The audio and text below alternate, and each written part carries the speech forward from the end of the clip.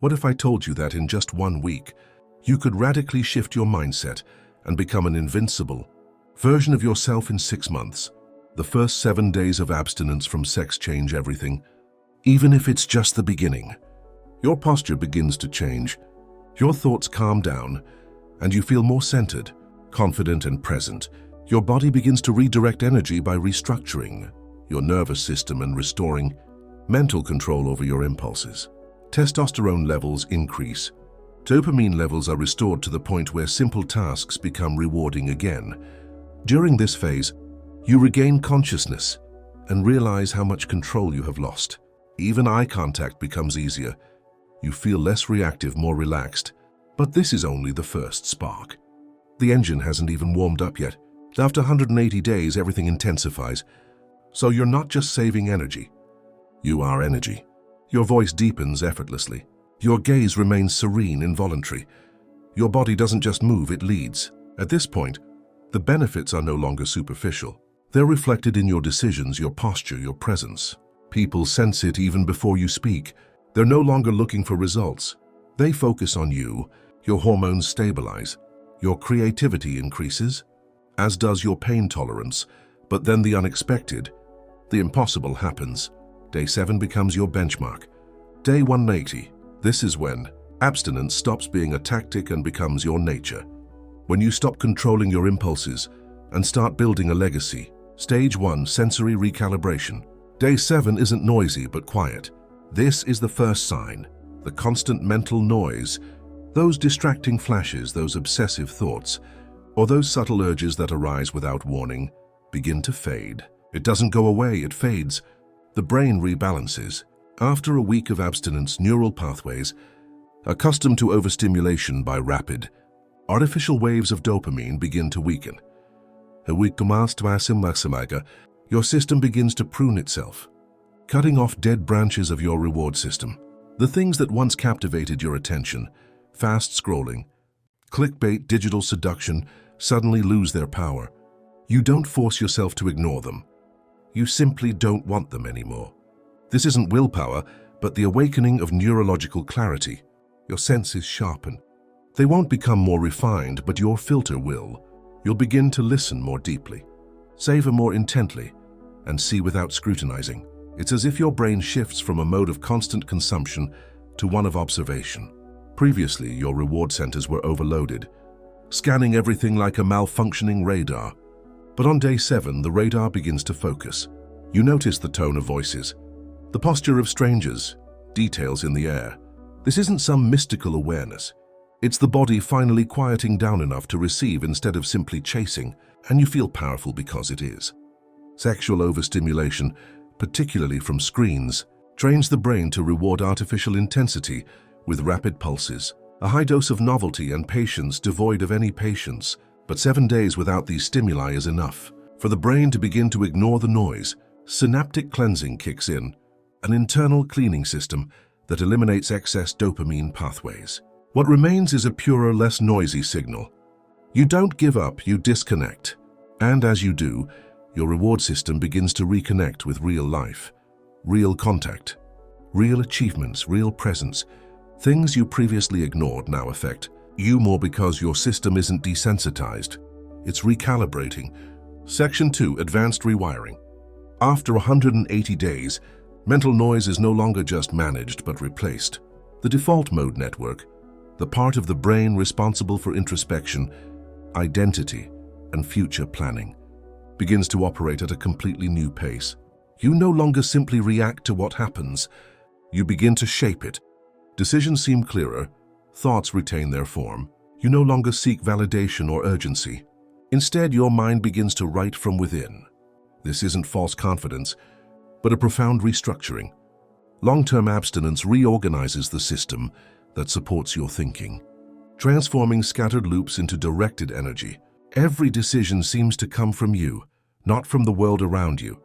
Most people react reflexively to any stimulus presented to them, but after 180 days of abstinence, this vicious cycle is broken. It is replaced by something far more powerful and more controlled. Their thoughts are not only faster, but also more fluid. This is due to the harmonization of the left and right hemispheres of their brains. Emotions do not overwhelm or repress logic. They move in unison. Strategic thinking and calm self-expression are effortless. They say the right thing without repetition. You read others' words. Your timing is such that it hits hard without stumbling. This mental cohesion transforms your place in any space. You are admired not because you command attention, but because your presence is tangible. You are neither scattered nor erratic, but determined. And it's clear that months of abstinence give your brain time to strengthen these internal networks, so that your personal schema, your self-regulation, and your vision of the future no longer oppose each other, but begin to synchronize. You no longer question who you are. You embody it. Life then takes a new direction. It is no longer chaotic. You enter rooms with a frequency that tells others, you're not just trying to figure it out. You've already made a decision. Part 3 on identity transmutation. Day 7 is like waking up from the fog. Your mind isn't perfect, but something has changed. The constant switching between tabs, thoughts, and impulses, that nervous mental chaos begins to set in. Dopamine is no longer released by the arousal circuits, which stabilizes the state. You can focus on a task, complete it, and see it through. You accomplish small tasks without overthinking. And for the first time in a long time, progress is satisfying again, but this window of opportunity is fragile. It's a detox phase, one misstep, one too many, a return to old habits, and the system collapses. You stay focused, but you still need protection. 180 days later, everything changes. Discipline is no longer seen as an effort, but as an identity. You don't wonder whether you'll be there or not. You just do it. The impulses that once discouraged you no longer work because the part of you that resisted them is gone. Abstinence changes your decision-making. It transforms your behavior from a motivation to an internal code. People notice, respect it, without you having to say a word.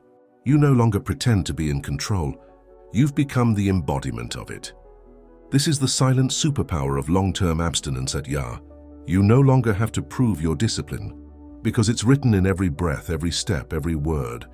Your nervous system doesn't flinch when the going gets tough. Your attention doesn't get lost when you're distracted. You become a person who no longer expects change. You're already living the version of yourself that others are still trying to imagine. And this change isn't loud, it doesn't announce itself. It's simply abstinence, which ceases to be a practice and becomes your structure. And once you build on this foundation, everything you touch progresses, deepening the neurological transformation.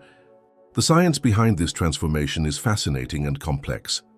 By practicing sexual abstinence, you're not just changing superficial behaviors, you're literally reshaping your neural architecture. The human brain possesses a property called neuroplasticity, the ability to reorganize its synaptic connections in response to new experiences and behaviors. During the first few weeks of abstinence, a process called dopamine receptor overexpression occurs. Imagine your brain thriving on a constant stream of artificial stimuli. Dopamine receptors, accustomed to this overload, have become less sensitive and require ever-increasing stimulation to feel the same level of satisfaction. It's like turning up the volume on your music because you've become accustomed to the previous volume. Abstinence acts as a complete reset. The receptors return to their natural sensitivity, meaning that normal, healthy activities once again provide genuine satisfaction. A stimulating conversation, completing a project, exercising, or reading a book, all of these activities restore your natural ability to reward yourself. But that's not all. The prefrontal cortex, the brain's command center, experiences a notable revitalization. This region is responsible for decision-making, impulse control, long-term planning, and self-regulation. After years of overstimulation, this area weakens, like an undertrained muscle. However, with prolonged abstinence, the prefrontal cortex strengthens considerably. Neural connections become more efficient. Communication between different brain regions improves, and what previously required considerable conscious effort now occurs automatically. It's like going from a slow processor to a cutting-edge one. The phenomenon of magnetic presence. One of the most fascinating aspects of prolonged abstinence is the development of what many refer to as a magnetic presence. It's no coincidence that people react differently to you. Real biochemical changes are occurring. Your testosterone levels are optimized. They don't necessarily increase dramatically, but rather stabilize within a healthier range. This affects everything from your tone of voice to your posture, from your confidence to your ability to take calculated risks. But most importantly, your endocrine system regains its balance. Pheromones, those subtle chemical signals we unconsciously emit, also change. Studies have shown that men with balanced hormone levels emit chemical signals that others subconsciously perceive as indicators of health, stability, and leadership qualities. Their body language changes.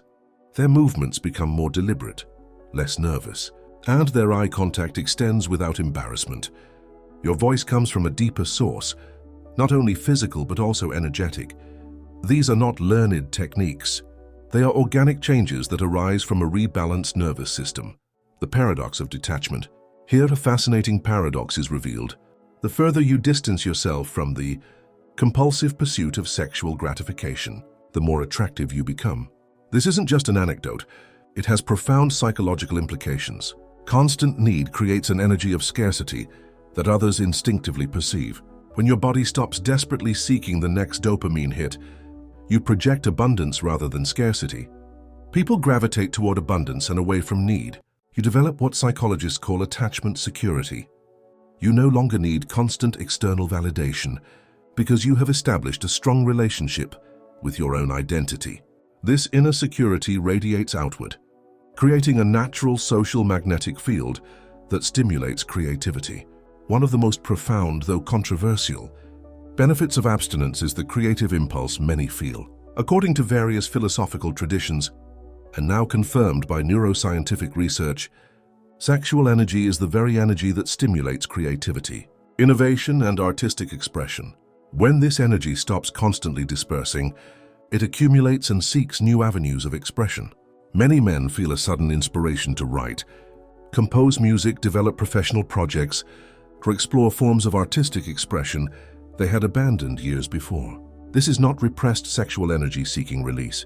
It is transmuted sexual energy that becomes the driving force for creation and construction. The ancients already knew this. The same creative life force can also create cultural, commercial, and artistic legacies, constructive legacies at the biological level. Along the way, your perspective of time naturally expands. Instead of living from gratification to gratification, you begin to think in months, years, or even decades. This extension of time is essential to building a true legacy. Men who have lived long periods of celibacy often demonstrate a new clarity about their life's purpose. Superficial goals lose their appeal, while those that require patient and sustained pursuit gain in appeal. You develop an architectural vision for your life, so to speak. Instead of being a passive consumer of experiences, you become the active architect of your destiny. Every day is a new stepping stone toward something greater than instant gratification. Ultimately, it's not what you want to stop doing that matters, but who you want to become.